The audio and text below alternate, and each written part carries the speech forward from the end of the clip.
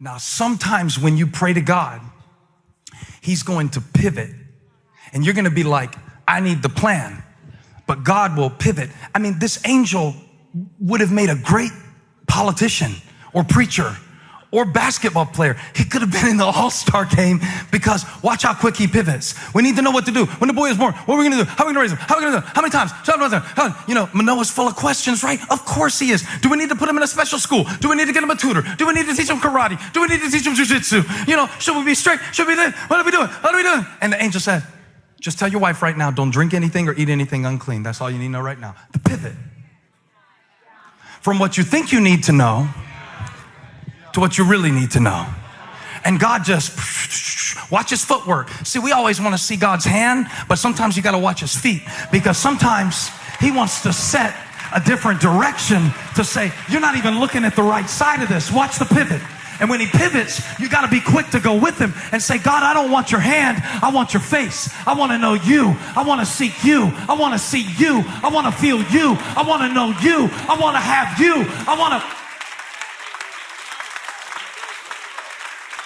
to understand what you know I need to understand. And I wonder, is God trying to pivot your prayer life? Is God trying to pivot your strategizing? Is God trying to pivot because you're always trying to look for him in logic? You're always trying to look for him in analysis and in calculation. But God is spirit, and you can't get to spirit through strategy. You've got to come to God like this. You've got to come to God with open arms, open hands, and an open heart.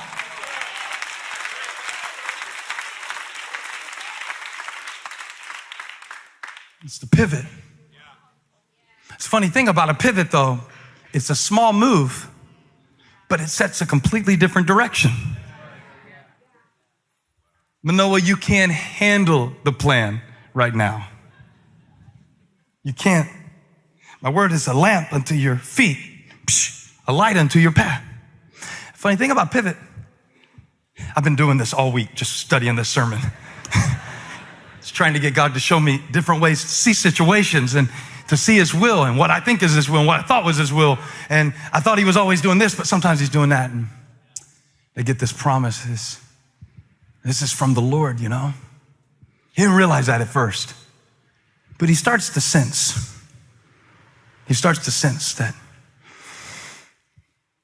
this may be God. This may be God.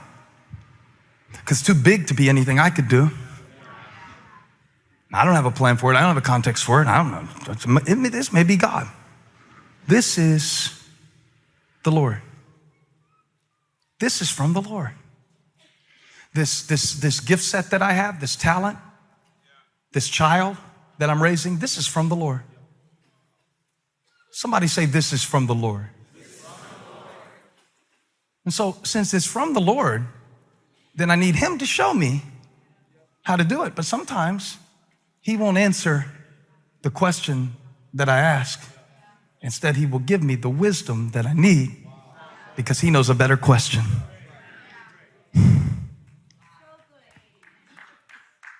My faith is not a formula. And I'm not good at pivoting with my feet. I don't do it a lot. That's why I had to practice it. And I'm still not very good at it.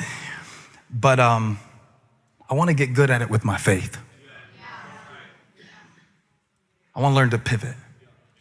And this is where it happens for Manoah and his wife. And you're going to see it in the text. It's just going to blow up when you see it. It's going to help you understand why you've been trying to classify everything in your life. You know, this is good and this is bad and this is God and this is the devil and this is it and this is that. And you keep trying to do that, but it doesn't work. And here's why. He said, Manoah said to the angel, we would like you to stay until we prepare a young goat for you. We want to cook you a goat. I make a delicious goat kebab, and I would like you to stay and eat it because it's hospitality, it's appropriate, and we appreciate you coming by to encourage us. So stay. We're going to do it and appreciate the worst. And the angel of the Lord replied, even though you detain me, I will not eat any of your food. I'm not going to do it your way.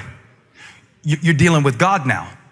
So you're not going to do it like you do it with humans. It's going to be different. It's going to be different terms. It's going to be a whole different thing this time. It's not going to be all up here and what you think you should do. It's going to have to come from a different place. This is the pivot. This is the pivot. And he said, but if you prepare a burnt offering, offer it to the Lord. See the pivot? It's not about this, it's about this. And I wonder if we would start deflecting some of the stuff in our life and say, this is from the Lord. This is not from me, so I need God to do it through me. I cannot do it by myself. This is from the Lord. Somebody shout, this is from the Lord. This is from the Lord. But if you prepare a burnt offering, offer it to the Lord. I love this in parentheses. Manoah did not realize it was the angel of the Lord. Maybe. And then Manoah inquired of the angel of the Lord, what's your name? So we may honor you and your word comes true. And he replied, this is the most anointed verse I've read in the last 5 years. Why do you ask my name? It is beyond understanding. That's the pivot. That's where you find God. Beyond what you can understand. And so everything you can name, that's not God. Everything you can explain, that's not God. Everything you can figure out on your own and you can make it work and you can do it, it worked for a little while. But everything you can't name, that's God. And we've been looking for a name for God. That's why we need so many. And that's why he had to tell Moses in a very special way, I am.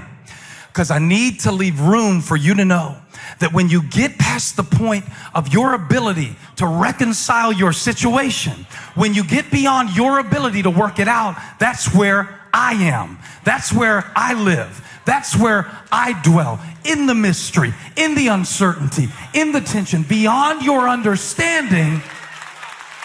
And we keep trying to find God in our logic, but he is not found with logic. He is beyond your logic. Then Manoah took a young goat and together with the grain offering and sacrificed it on a rock to the Lord. And since the word came from the Lord, I'm going to make the offering to the Lord. And since my breath came from the Lord, I'm going to offer it back to the Lord. And since this situation came from the Lord, I'm going to need the Lord to deal with it. I can't do it on my own. And the Lord did something amazing while Manoah and his wife watched. As the flame blazed up from the altar toward the heaven, the angel of the Lord ascended in the flame. He was not found in the logic, he was found in the flame. Not in figuring it out, but in the fire of sacrifice and needing God. That's where you're going to find him. That's where you're going to get it. That's where you're going to unlock it. That's where it'll be unleashed. I wish I could preach about Jesus for 30 seconds right now. Because see, all my hope is in his blood. All my faith is in his cross. All my righteousness is in his sacrifice. And when the flames went up, the revelation came through. And Manoah was like, I think we just saw God. Because when the angel of the Lord did not show himself again, verse 21, to Manoah and his wife, Manoah realized that it was an angel of the Lord. We're going to die, he said to his wife. We've seen God. But his wife answered, if he meant to kill us, if God was out to get you, you'd be God. That's how I know he still has mercy for my mistakes. Because I already made enough. If he was going to squash me for screwing up, I'd be a bug on this stage. If the Lord had meant to kill us, he would have done it. He wouldn't have accepted the offering. He would have wiped us out. He wouldn't have shown us all these things. He wouldn't have shown you all these things. He wouldn't have seen you through all these things. Look at all he's shown you. Look at how many times you were off the path and somehow he got you back. Look at all the times you were going this way and something just, he just turned stuff around. I mean, just like you couldn't do it and you were making all these plans for it, but it was the pivot that brought you back. And the woman gave birth, 24, to a boy. Oh, I forgot to tell you this. And named him Samson. I forgot to tell you. The guy that got the haircut, you remember? Because we always want to remember people by their worst decisions. But Samson, the strong one, who was bench pressing 305 in 7th grade, Samson. This is how it started. And a lot of people didn't know that because all they ever saw was his head in Delilah's lap. But it was decisions. It was decisions. It was decisions. And you have a destiny, but you get to make decisions. And God is sovereign, but you're responsible. And so how you process your desires and your decisions right now is really critical. So she has a baby. She names him Samson. And the Lord blessed him. Grew biceps, triceps, lats and delts, and about all the names of the quadriceps, calf muscles. That's about all I know. And the Lord blessed him, and the Spirit of the Lord began to stir him while he was in I pronounced that wrong. He was in this place. Now he's growing up, and it's going good. And God's hand is on this boy's life. He's a star football player. He learned to ride his bike at the age of 3. Good things have happened. Then the pivot. Now, if you just watch my feet and don't think about it, you go like, well, what's the big deal about the pivot? Well, see, you don't really know how big the move is until you walk it out. Because if I walk this way, and if I kept walking that way, it would be completely, if I walk this way, and all I did was this. It's a small move, but it sets the direction. And that's what's happening in your life when you decide like how to speak to people, when you decide like whether or not you're gonna come back next weekend to church. It's a small decision, but it sets the direction. When you decide, am I gonna tithe and put God first? Oh yeah, I'm gonna put tithing in the sermon series. I'm gonna put it in because it's a decision. It is the will of God for you to put him first. And when you decide like, I'm gonna do that, it sets a direction to seek God first.